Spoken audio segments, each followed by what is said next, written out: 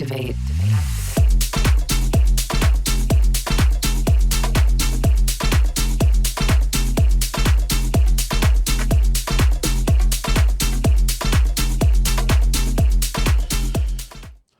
All right, everybody, welcome to This Pink Cloud. I am DJ Kelly Reverb. Yes. and we have a new flatulence noise for everybody. Woo! The iPad died, so Chad actually has that on his phone now. Yeah, man. Exciting stuff. Be sure, like, subscribe, all that kind of stuff. We're on all major streaming platforms. Actually, that song that you hear is getting ready to come out April 11th. April 11th. That's right. The 11th. This will probably Of air April. after that. Yeah. Yeah. Because time's not linear here at the podcast. Exactly. Yes. We create our own dimension. Yes. Here. Anyway, sitting in with me, always a pleasure to have this guy. Sometimes, but not really. Chad LeMans, everybody. Woo. Hey, woo. Woo. Hey, I'm here, brother. I just want to let brother. I just want to let you know, brother, I'm here. All right, man. Hey, man, I'm here. We're here, and we're here to talk about Covery. Hey, tell me you care about me. We're here to talk about Covery. Hell Jesus Christ. That one's brutal, dude. That's loud, dude. That's a check your diaper. I'm going to do that every time you say something. Okay. Yeah. Fair enough. All right. So I am excited to have this young man on. He has been on the show before. He was actually a facilitator at a place where I did an ayahuasca retreat. Fair enough, right? Yeah. Let's give it up for our good friend, Mr. Tony Griggs, everybody. All right. The Zen Master. You got the gong. So how you been, man? I've been pretty decent, man. Just navigating life. Yeah. I got you, man. Well, so you and I actually met at something that I can't even remember the town that it was in. It wasn't Anna, but Commerce, yeah. So, and it was an ayahuasca retreat it was like an entheogen. So it was in a shamanic setting. But anyway, so you were there as a facilitator. Yes. And then we got to talking, and that you're actually in recovery from alcohol. So let's tell the people like kind of a little bit of your backstory, and then we can catch them up on where you're at today. Well, basically, I just started drinking at like around 15 years old. Got into it. Got really, really passionate about it. You know, really to the point where I couldn't. I was a strong enthusiast. Yeah, well, I couldn't remember anything, right. At times, and I would end up doing stuff that I. So you were automatically like starting to black out right away. Yeah. Well, no, I mean it was a period of time, of course. Just as you start doing things, you're partying and socializing, and one thing leads to the next, and you just come to a point where you're just in it, right? And you're not even realizing how much you've gone down the rabbit hole with it to the point where you start losing. You're like, I'm doing this shit every day, dude, and everybody hates me. Yeah, and you don't think about the fact that you're the sole source or reason why all this stuff is happening that way. Sure. But, and so eventually it just got to a point where I just got tired of being in that space, right, and was looking for something else to help me evolve past that stage of being, and so I just started researching different things. So before we get to that, I know where you're going with that. So like with the alcohol, like how long were you drinking? Like how long of a drinking career did you have? Well, let's see. I started at 15. Mm-hmm. I had like a little 5-year break, probably from like 31.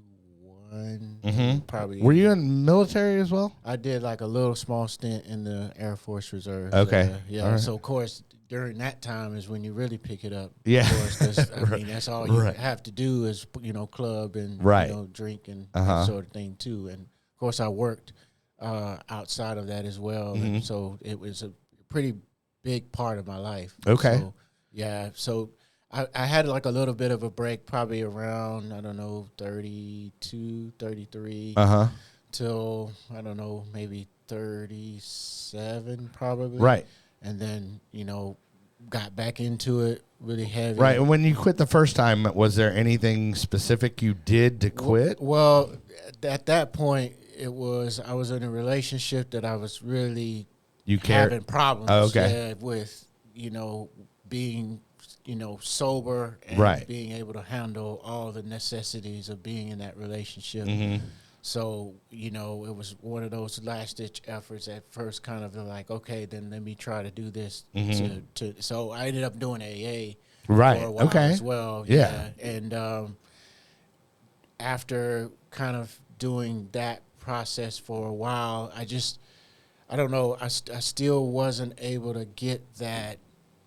Did you actually work the steps and have a sponsor? Yeah, I had a sponsor and everything, and I mean it was pretty strenuous when working with the sponsor because of all the stuff that you have to look at, everything that's being brought up to your attention to see, and then having to go and talk to the individuals that you offended, and all that stuff making amends. Intense. Yeah. It was pretty intense, and I think that kind of is the veer of me kind of like going off back into just saying screw it.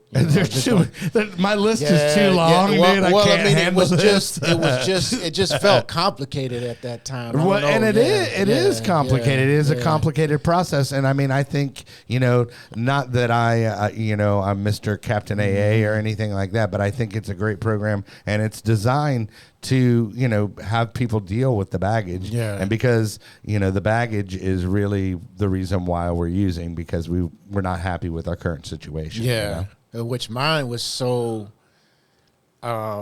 family related. My uncles, my grandfather, great grandfathers, all of them were alcoholics. So I was kind of carrying the weight of them as well, with recognizing all this, like, there's a lineage with this, right? And it was just too intense. Sure. So it's like, at what point do you actually step out of this and like have a normal life, right? Without always feeling like you have to be associated with this thing, of being an alcoholic. Right. I want to be a different individual. I want to have a life outside of this. So how do I do this effectively? Right. So then you went out and you did. So you were clean for like 5 years, and then you went back. And then how long did you go back for? Man, probably up until about 4 or 5 years ago. Maybe more like 6 years ago. Something like that. Okay, so it's been about 6 years. You're not counting, whatever. Yeah. But so, and then what did you do the second time? Did you have AA involved, or? Well, the second time, it's I don't know. It's really interesting because it's something that's always been in the back of my mind that I wanted to like let it go. I know one of the other times is I felt very heavy into religion, as well, and so that kind of kept me distracted, for a while, sure, and it kind of helped me to manage it, and then of course being in places that didn't require me to drink and around people that actually did drink, so there was some help with being selective about your environments that you're in. Yeah, sure. So it was always like these putting bits and pieces of things together to help me to kind of stay out of that, know, and then help me with the thoughts of me trying to talk to myself back into it, right? And I guess the last time, of course, that I got back into it, it was a lot of just psychological, emotional stuff that I began to deal with because I was, in a relationship at that particular time, and that was ending, and it's like, okay, well, where do you go after this? Right. I don't want to. You don't want to feel those feelings necessarily. Yeah. And so that's what kind of led me to the the ayahuasca. Yeah. So you were saying you were doing some research as far as the ayahuasca plant medicine goes, and then so what what did that entail, and how did that, how do you go from, I mean, I know when I did it, it was because my mother had passed, and I was dealing with some heavy emotions, and, it was something that I wanted to experience, to deal with that, that level of loss and grief. You know? Well, I mean, again, at the end of a relationship, and then trying to deal with all those feelings associated, with that. I was at a beer store, actually. It was funny because I was at a beer store. And they had an ayahuasca aisle. Yeah, and I saw a guy come in, and I just started asking him questions, because I saw how he looked, and and I was just at that point trying to find something different to do. Right. How did he look? Well, he had dreads, had the wide leg pants, and, just the hippie like Rastafarian vibes. Yeah. And so, he was telling me about some places that he was, going to. And then I've heard people talk about mushrooms at that time, but it was still relatively kind of difficult to get your hands on it. Right. So it's like you had to, always know somebody in order for you to get the correct contact with it. And so got a hold of them, and then it was kind of like, well, man, I don't want to do these by myself. I'm wanting to, have somebody with me because I don't know how I'm now at this point. You said you were at the beer store, but had you quit? So you were still drinking at this point and just looking for solutions. Looking for again another alternative, right? To what had already been through. Yeah. Other than just sobriety, dude. You know what? Because I didn't feel very like it was solid enough at that time. There were still things that there was just kind of triggered that was real. There was still heavy shit going on that you were dealing with. Yeah, and so I was really trying to find something very radical, at that particular point. And so this is kind of like one of those things that I felt like would give me that kind of that springboard into getting where I wanted to go. Okay. But back to finding someone to sit with me while I'm in it, he said, well, why don't you try calling this place? And I said, okay, I'll try it, and call the place. And it happened to be a place that did ayahuasca. Okay. So I never really I got to try the mushrooms, but it was on a whole totally different level of me using them. I just started to gradually, learn about what it was that ayahuasca was capable of doing. Right. So it wasn't like I had this research about it prior to me just calling this place, and then coming to find out they weren't going to be the place that was going to like sit for me to do mushrooms, but they're going to sit with me for something totally different. The real shit. For ayahuasca, right. Okay. And for something in me at that time was like, you know what? Screw it. Right. Let me just see what happens. This beer's not cutting it. Yeah. I mean, it just wasn't. You get to a place where you start seeing like the brick wall of when you're doing stuff, and you're just like, I just know this is not going to work for me. I like what you said that about the brick wall. I mean, that's a good metaphor as far as like how you feel like when you're dealing with like your emotions and certain things like that. Some people do hit a brick wall, and that's why they never get out of it. Yeah. And I mean, I had been that person who really just,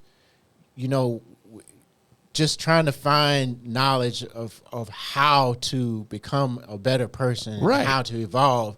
It's just that drive. You're a seeker. Yeah. I mean, and it's something it's always been there, and so it's just kind of like intuitively things lead me to where it is that I need to find answers in terms of what it is that I'm trying to resolve. Sure.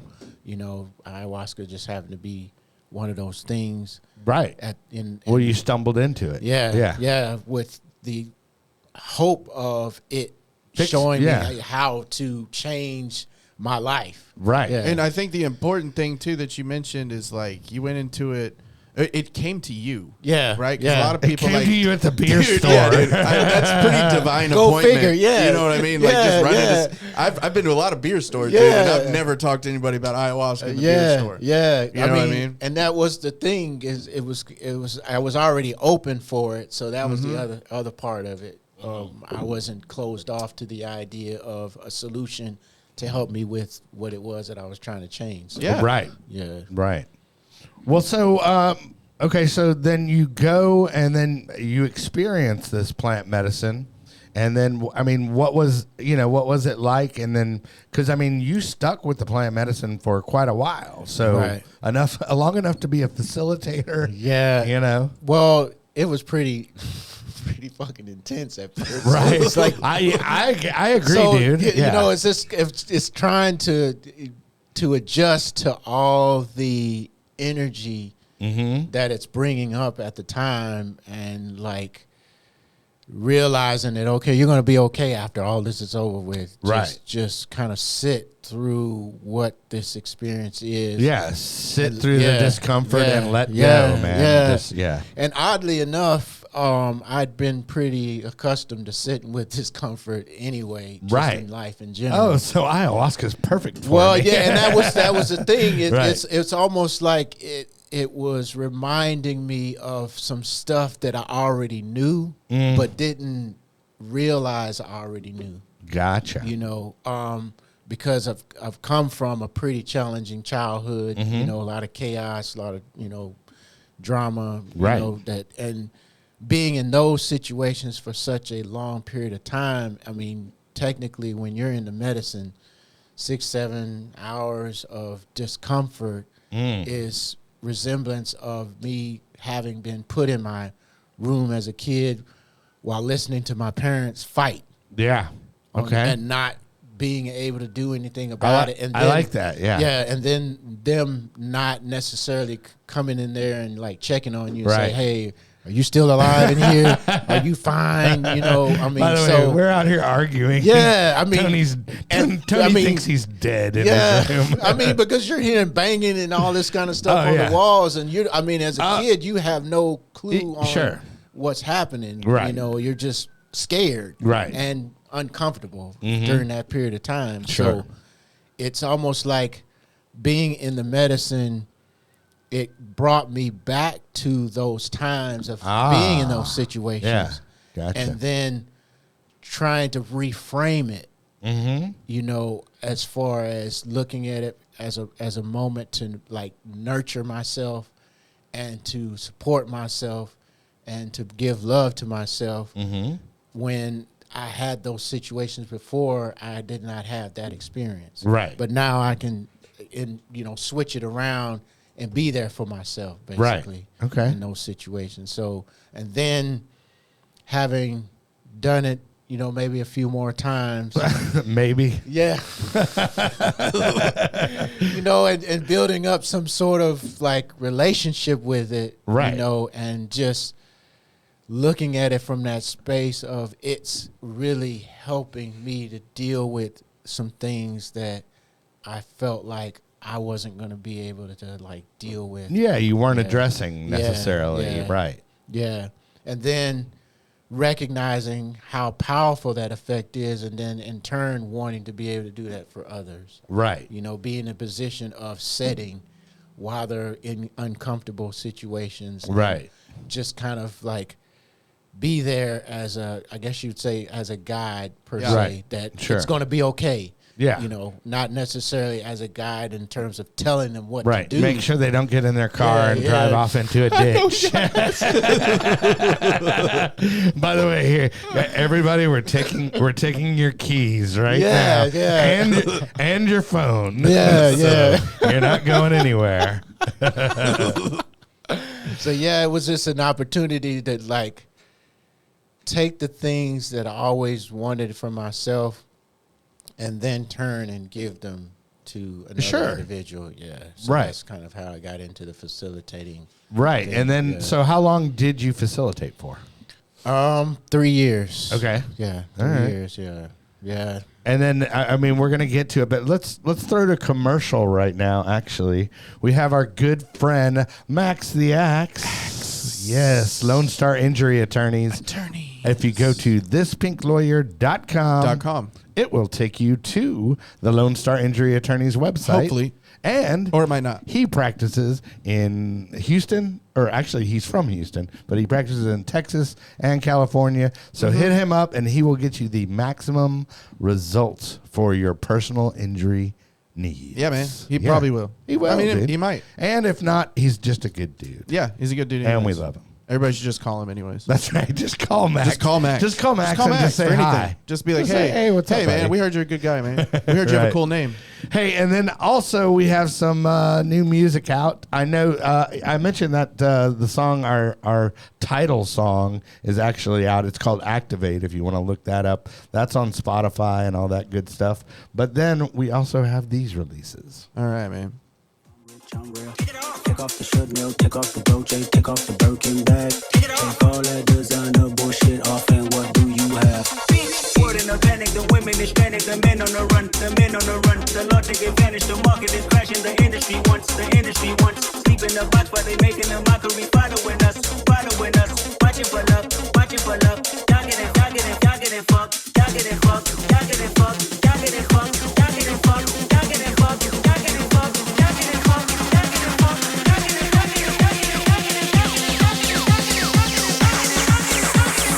y'all getting fucked. Y'all getting fucked.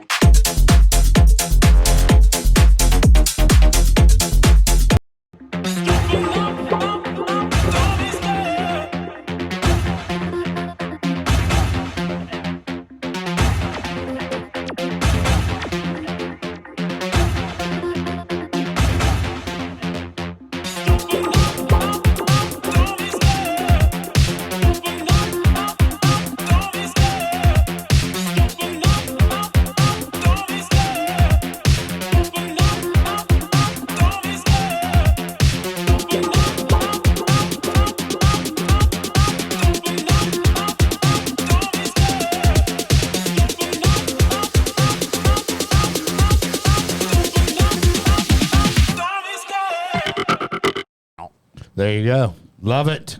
Yeah, man. I love that Kendrick Lamar. It's good stuff. I'm glad you like it. I'm glad you like it. I'm glad you like it. But anyway, so the Kendrick Lamar is available for free download if you go to soundcloud.com dot air biscuit dot brown air. If you're a fan of the show and you're a fan of Denty Moore, give us a hell yeah. Right.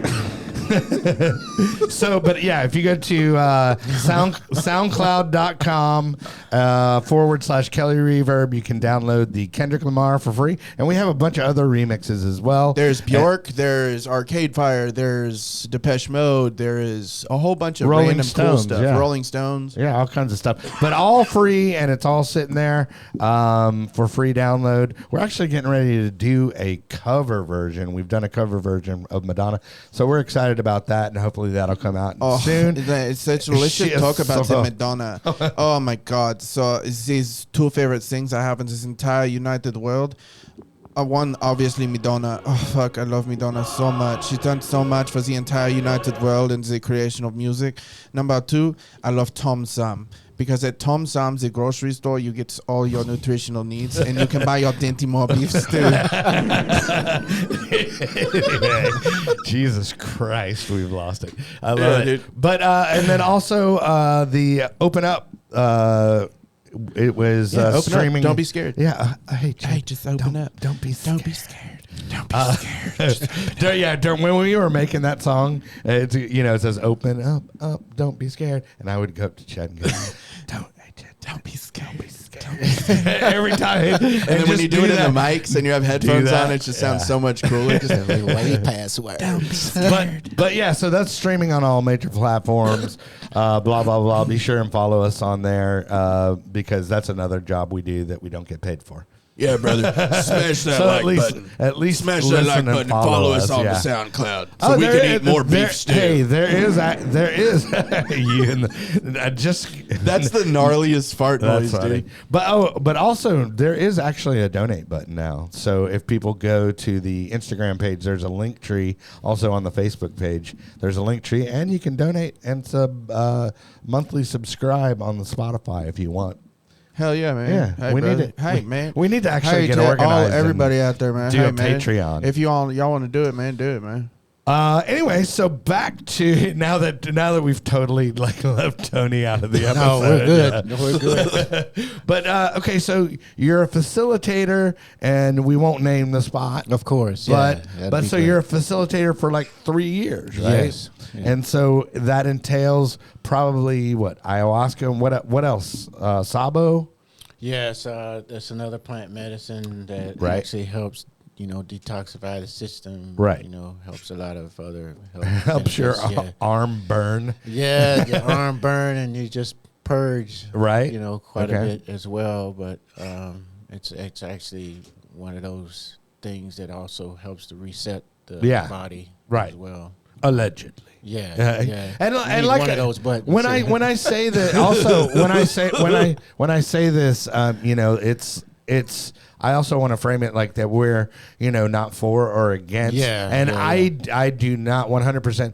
Ayahuasca is not for everyone. No. So yeah. Ayahuasca is not for the faint of heart. Right. Yeah. And that's most certainly the best way to approach it, because a lot of times what happens is people are actually coached into it, and it may not be something that they resonate with. And that's something that I even had to learn my own self, because when you start doing it, you start seeing things, and you start having all these things that are happening that in your perspective are positive. Like, oh, everybody should do this, and anybody who has anything negative to say against it, there's something wrong with them. It's not that that's anything wrong with the medicine I itself. have found my magic pill. Yeah. And so you become an advocate for it, and you find that your conversations typically begin to almost soft sell it.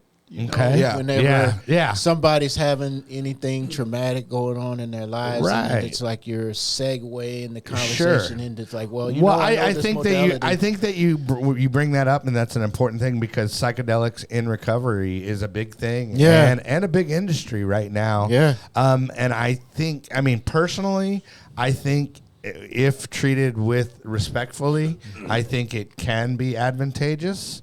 But like I said, it's not for everybody. I think you also said something that's really important. It's a really big industry right now, which is where a lot of problems come in, because people start making money off stuff that was originally done in the middle of nowhere, around a bunch of trees, and then guess what? Like now there's legislation, now there's this, now there's that, and it becomes a whole different set of issues. Now it's trendy to walk around losing your mind. There's a lot of celebrities that are really touting it right now, when basically before it's like a lot of people didn't really want to talk about it. It was so now it was taboo and underground. Now it's mainstream, and Aaron Rodgers is doing it. One of the biggest names I know that did it was I don't know him personally. I would like to shout out is Ron White. Ron White did it, and I don't think he drinks or anything anymore. I think he just smokes cigars, and he's super rich, and he's he helps other comedians out. So he's one of of the big people that did it. Well, there's a lot of those guys. He said he was never going to stop drinking. He's like, right? Oh yeah. So I mean, it's become again an industry that I think it's subtly, if not blatantly, starting to get away from the original intent of it. Because there's so much more publicity about it. But then there's equally not enough information in terms of like being specific as far as, okay, this is a sacred plant medicine. It's like losing some of the respect for the original intention. And then, of course, there's a lot of situations, too, where a person's behaviors become judged based on, well, they said they did this, but then they're doing A and B, and so then there's some negative connotation associated with the medicine based on that. Right. And that's simply because the person, had not maybe the right respect for the medicine before going into it. So you get those results. Sure. Sometimes, yeah. Well, so question, so then you're a facilitator for 3 years. Yes. And then so there's kind of a paradigm shift that recently kind of happened with you and your thinking. How did you come to that conclusion to where you're basically kind of walking away from the entheogen ayahuasca and that whole, camp and movement? Well, some of it was the fact of the integration process. Okay. For it, I wasn't. That's kind of where the idea came of I don't know. Maybe I need to consider possibly not doing this anymore. Right. What was it about the integration process that bothered you? Well, it's not so much the process itself. It's just being able to go into it fully. Okay. Be able to spend a great deal of time working with everything that comes up. Everything that you need to basically take care of as far as yourself, all the mental, physical things. Oh yeah, because a lot of people don't know, but there's dietary restrictions supposedly. Yeah. You don't want to eat any Dinty Moore beef stew and then go purge it. Yeah, because a lot of that stuff affects your experience. Yeah, true. And so that's the other reason why it's important to take that stuff serious. But then, there's a lot of other factors that come into it. It's are you taking enough time to rest and recuperate from it? Because if you're in this for 6 or 7 hours or so, it's a lot. It's a big so if you're doing it twice a month or whatever, man, you're prepping the whole entire month. Sometimes I was doing it maybe 3 times a month, and then you got 3 days of each. Time, and so I really was not giving myself, enough time to rest, and to recuperate, and give myself time to ground, to come back to this dimension. It's you get all this information, but yet it's all it becomes after a while is just information. Right. You're not taking that information and then working with it so that you can make the necessary changes to evolve and to become better. I like what you said there. I mean, because I think it's definitely, as far as psychedelics in recovery, I definitely think there should be a tandem of some type of psychiatric, support. Support. Yeah, it's not like you just trip balls and then you're good. No, you know what I mean? If it was like that, then you need somebody to help you. It takes work afterwards to work on the things that did come up. Right. And because a lot of those things that come up when you do the hallucinogens, I've never done ayahuasca. I've done a lot of other stuff. I've done everything else. Even I even shot Dinty Moore beef stew. When that stuff comes up, you become aware of its existence. You can't unsee it. And that's something that you're going to have to fucking deal with. Right. Otherwise, it's just this didn't work for me, or this didn't work for me. Well, none of this shit works for you if you don't work. If you don't put in the work for it. Right. You know what I mean? So it's really interesting, though, how that works. Even like AA, it works if you work it. It's kind of if you don't work the steps, you can't expect anything to happen out of it. Yeah, but the thing that you see a lot with ayahuasca and the plant medicine stuff, it's especially for people who don't have a history of the the psychedelic stuff, dude, it's you think you are in control. Yeah. Until you take that shit. Yeah. Right. And if you do it right, Yeah. you realize that all of that shit is a complete illusion. Yeah, it's a lie. Like yeah. you strap in, and whatever you got to deal with is about to pop up. Yeah. So get ready, dude. Yeah, and there's no way intense. to really get ready for it. Yeah, Right. yeah. You know? There's no way to really get ready for preparing yourself to die. Yeah. Several Pretty much, times. yeah. Oh, I think I stopped breathing. Yeah, Yeah. yeah. And then you having to talk yourself through that too. Yeah, yeah. Like, you know, there's one time I remember laying down on the mat and felt like I wasn't breathing. Yeah. I just and like trying to talk myself through that process of like, okay, you are breathing. Right. Just give yourself a moment to be aware of that. Be mindful of the fact that's happening. But when you're in that mindset, That's almost impossible. yeah, I mean, because you're fight or basing flight mind mode. over matter. Yeah. In that moment, what matters, you're trying to figure out how to work the mind Right. to focus on. Well, that. I think one of the most uncomfortable situations probably to a lot of people, and a lot of people probably have a lot of fear about this, Yeah. is dying. yeah, You know? yeah. So, and the being able to let go of Yeah. that fear. Yeah. You know? I mean, you've been programmed most of your life to be afraid of it. yeah. You know, so Sure. you come in contact with a situation that is putting you there, and you're having to overcome all the stuff that you've been programmed with and influenced by to realize that it's not that bad. Right. Yeah. Yeah. So, what's funny is I watched a lot of stuff on NDEs after my mother passed away, and that's near-death experiences.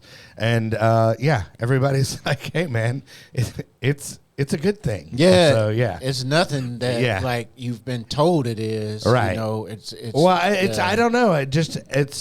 It's part of, I think, just our psyche as humans to want to hang on in that survival mode. Yeah, for sure. Yeah. Didn't you have an NDE after you ate that can of Dinty Moore beef stew? I did. So once you smelled it, you felt like he was going to die. I was on a flight. I was on a flight to St. Petersburg, Florida, and I had just blown up the bathroom and thought I had died. Anyway, I was sitting there for like 2 minutes, like just thinking about saying it because you're like NDE. I'm like, yeah, didn't you ever? And I'm doing it in my head and laughing already. And I haven't even done it yet, man. You're done emptying your guts out. But Jesus Christ, man. Love it. So you're the facilitator there, and then so we've talked about kind of how it can be beneficial for some people, Of course. but then why personally did you finally I guess basically make the decision to back away and to walk away from your current situation? Well, I started to notice also that while, of course, you're under the medicine and then you're helping other people, I'm an empath. So as intense as the things that they're feeling, I'm feeling them too. And like in the midst of it all, like it's triggering stuff in me. Okay. So it's like I'm having to figure out ways to compartmentalize the stuff that I'm feeling so that I'm not like fusing it with what's happening with that person. So I can be completely, totally available mentally, physically for the person that I'm trying to like help. And because I wasn't taking enough time away for myself, it was just like stacking. Stuff was just like stacking on top of each other. Right. To the point where it was becoming not even a benefit to myself or to the other individual that I'm wanting to like help. Sure. In that situation, because I'm still charged up with all the things that I need to like let go of and that I need to deal with. And it just felt like after a time, I'm not necessarily feeling like I'm fit for service in that regard anymore. And then you just get to a point where you start seeing that, like, okay, you see all this stuff, and like, but you don't have to keep doing this particular thing for the rest of your life to deal with that stuff. Sure. You know, you can just deal with it, you know, whether it be yoga, meditation, some other form or modality that doesn't require you to hijack your system to that degree to deal with it. Sure. Yeah. You know, and so that's kind of what ends up happening, is that you get on that roller coaster of doing it so often that even after a while, like, you're not even really noticing the benefits anymore. Right. You know, well, it's like you're perpetually just going down. Yeah. You're at the top of the hill and just going down on the roller coaster. Yeah. And if you don't have like a little time to wait in line, you know, to process. Yeah. You know? And I mean, you don't have this understanding of the long-term effects of what it's doing to your nerves and your neurological system either. Let's talk about that. So what do you feel like? I mean, because I would say you probably had long-term use with ayahuasca with the plant medicine. So at least 3 years, right? Right. Okay. So what would you say, like, as far as how it's affected you maybe negatively? Negatively, just there are those moments where you feel that depression, right, too, as well, because, you know, it's messing with those emotions and you know, feelings, and if you've been in circumstances or situations that have, like, a lot of trauma for long periods of time, you know, it starts affecting your ability to experience, like, joy and, like, happiness. Right. You feel like that's all that life is about. Is just the chaos. And the trauma.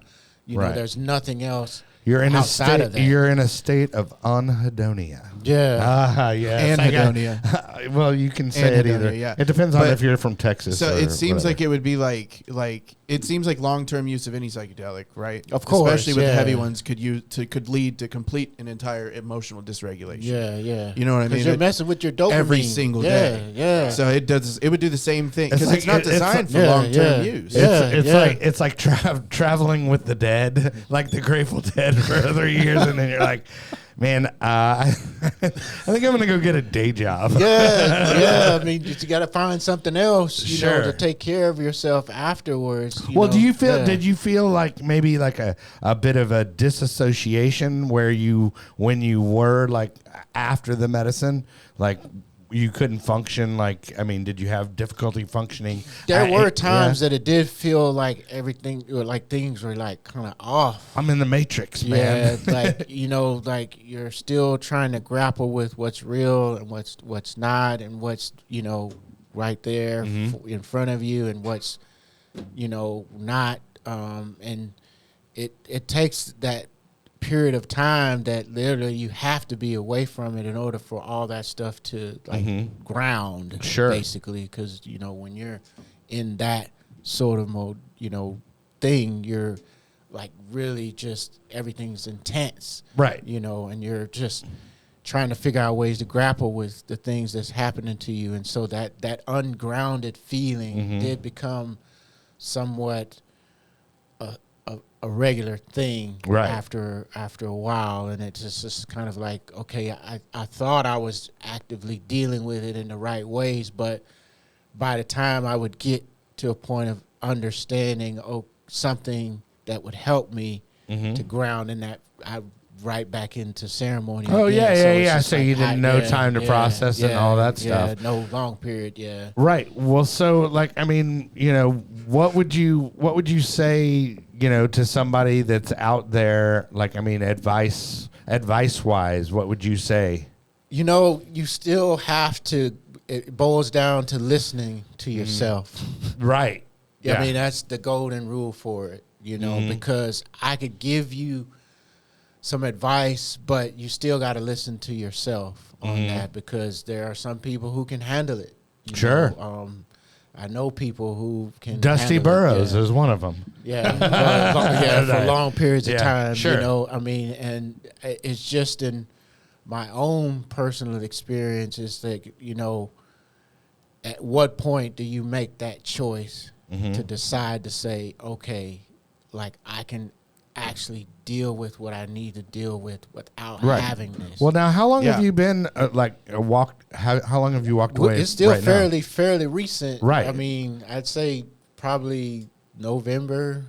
December, okay, so don't make me do math. Yeah, so probably what was that? 4 or 5 months? 5 months. That's like 5 months. But I can tell because now, I mean, this time when I see you, you look a little more bright-eyed, and you're like, you're actually there, dude. Yeah, Whereas last time you kind of looked like you were like a little ashen. And like you were like, it's like, I'm like, oh, there's Tony right there, man. Yeah, I had some time to do some other stuff. Yeah, right. To eat some Dinty beef stew.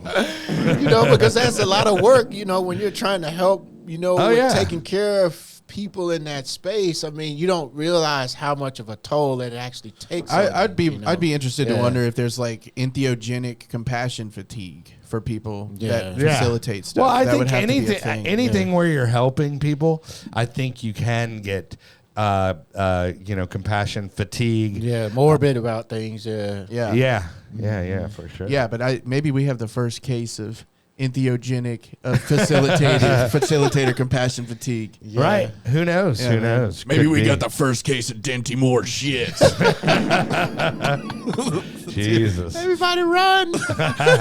Well, so, and then now you're basically, you want to go into recovery. So you want to help people integrate. And then also you were talking about being in, helping people mental health wise, like MHPS. So what are your aspirations now? At this point, it's kind of wide open. Right. I'm still trying to feel my way through like what that even looks like, because I'd assumed that me being a facilitator was my identity. Yeah. And it kind of does. Yeah. And so that was a challenge too, because your conversations, it's all about it. Because it's something you do. Once people find out that you do it, they're like, oh, well, dude, tell me all about it. Hey, did you go to another dimension? Did you bilocate? Did your pineal gland explode? Yeah. And so now you're trying to realize, okay, there's other conversations that don't often find themselves you having to talk about this thing, and right? That also there's other things that you can do. Well, I think you pointed out some healthy alternatives like yoga and meditation. I mean, I think those are huge, even though I don't do them. I think they are huge and advantageous, because when I've done them, I'm like, oh, okay. Yeah. Well, and those things, there's a prime example too, because not everybody. It's not suited for everybody, even in that. You know, there's still other things. You just have to be willing to be open to research those things. Right. And then not feel pressured that just because everybody's talking about it, that's something that has to work for you. Well, it's funny. It's funny because I find myself I think when we're producing or when I'm producing, when I'm in the studio, it's like a meditative state. It's just like, I go somewhere else where the rest of the world doesn't exist. I go somewhere else and I'm just like, I need to go to the bathroom. No, I go, I'm like, oh my God, it's 8 o'clock. Yeah. And then I'm like, I probably need to eat. And then I'll go get a bowl of Dinty Moore beef stew. No, but I'll eat. And then I'll go, okay, well, I'm just going to, I'm just going to tweak this. Yeah. And then it's like 2 a.m. Yeah. And I'm like, oh shit. Yeah. Dude. I need to take care of myself. Yeah, right. Sure. Right. Yeah. So, but I mean, I appreciate you coming on, because I think it's a slippery slope whenever you're talking, because a lot of people, I honestly think that a lot of people use it as an excuse to party. Yeah. You know? Yeah, and that's what ends up. Yeah. Yeah. And I think, you know, there's a fine line in, you know, and most of the stuff, I'm not saying that partying's bad. I mean, you know, if you can handle it, cool. But I'm just saying that some people go, oh, well, I walked away from alcohol and everything, but now I do mushrooms. All the time. All the time, You replace you know? it. Yeah. You basically replace one with the other. Yeah. You know, and then you lose that understanding of where you are in your life as a result of being in that, you know, that space. Right. You know, it's like, well, there's still going to be rediscovery when you quit doing that. Yeah. Of like who you actually are. Yeah. That's the issue. Like, and then as addicts and alcoholics, like, it's just, you know, like, dude, I can get really good at whatever, and that becomes my identity. And like the goal from recovery is to be recovering from something. Yeah. Right? That's like that's what the word would fucking imply. Right. And a lot of people say they're in recovery, but then they do all this stuff, and it's like, no, you can't let it become your identity. Right? Yeah. You have to find yourself and then like learn that balance between what you love to do and who you are. Yeah. Right. Right. And that's there's a lot of people. I think that's that important get stuck, that you and actually then they said fail. that. You think that's hey? You think that's important that I said that? I think that's important because honestly, Chad, because Chad honestly like got it to where it was like music was his identity. Yeah, you know, and it's just like, you know, he was like addicted to it. And I'm like, bro, it's like it's cool to make and to be, you know, a part of it. But then also there's this time that's where you have to learn how to life. Yeah, there's the same time. Hey man, you got to learn how to laugh, bro. Hey brother, all the people out there, you got to learn how to laugh, dude. Hell. No, but you have to learn a balance, and that's really what I think. And that's life kind is, of and you touching on that. That was pretty much the same idea. Is that like, is this my identity? Is this all that I am? Am I a facilitator? Am I a shaman? The idea of me just always taking care of people, is that only what I'm supposed to be doing? Is there something else that like I'm supposed to evolve to be? This, in a sense, started to become limiting, you know, to like me as a person. You know, I don't want to always be in this position of always having to like help people with intense stuff all the time because I got my stuff. Right. Yeah. Sure. You know? That's the thing too. Like I always use the analogy, like if you look at like a still lake, there's fucking mosquitoes everywhere, dude. But if you look at like the ocean, you know what I mean? Since the water's always moving, it's clean. Yeah. Well, until BP fucks. Right. Yeah. But you know, it's relatively clean. So like, it's like if you're staying moving and you're growing, you know what I mean? Then the stagnance doesn't happen, dude. Right? But if in recovery, dude, in my experience, like if you're not growing, then you will shrink. Yeah. You will atrophy just like a muscle. It's just like working out. It's just like all that stuff. And when you get in the same place for too long, and you start to notice the things like you did, you know what I mean? Then it just makes sense. It's like, okay, cool. I've outgrown whatever it is that might have been working at this time. Yeah. Let me go see if there's other ways I can be of service to myself and others. Because if your cup's not full, you ain't filling shit up for anybody else. You're not in any That's way the most helping, important thing at all. Yeah, and that's you saying that, and I think I touched on that a little bit earlier. It's just like that was starting to become the issue. Is that I was always running to everyone else's aid, and then I wasn't really taking some care of me myself time, fully. some Tony time, and I didn't even know what that looked like. Right, you know, after a while, because I thought my identity was to always be there. So what are you doing now? Like as far as you know, taking some Tony time. Well, that's drumming, learning how to drum, you know, learning Qigong, you know, just reading, also just writing more, working with art. Sure. You know, things that things that once you've done a bunch of ayahuasca, you should learn how to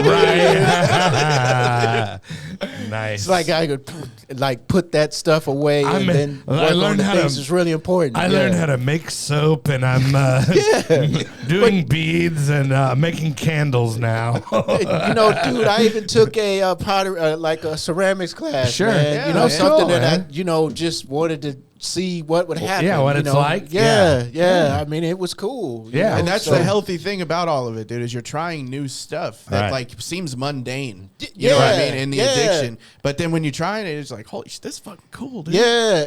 You get used to the intensity of stuff too sometimes. And that's the other part of it, is learning how to adjust to what is it like to be in the calm. And fucking regular person. The norm of things, and not having to always have it amped up in order for you to feel like, oh, this is a good time, or oh, this is how it's supposed to be for me to feel like I'm actually achieving something or doing something. Just to be able to rest in that c'est la vie, dude. And that was the other part too, is when you start getting to that calm state when there's nothing really like happening. That's when the stuff really starts to. Oh yeah, dude. Yeah, because that's when the shit starts coming up. Yeah, because then you're so used to grabbing something or trying to do something, and even with the psychedelics, that was kind of the other by thing of that is, when you're starting to feel something, it's like, okay, well, let me just go ahead and do this thing to help me to cope with that. Right. When it's like, no, you need to be present with it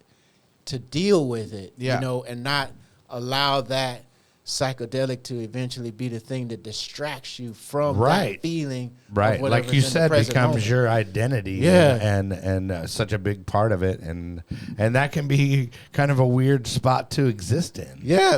For sure. There would be times where I started beginning to think that, I'm some badass, I can do 4 cups of this and then, still, do this thing. And then, at the same time, I was doing, mushrooms and LSD and some other stuff as well, but it became that same thing of, being the excess of that thing. Right. Yeah.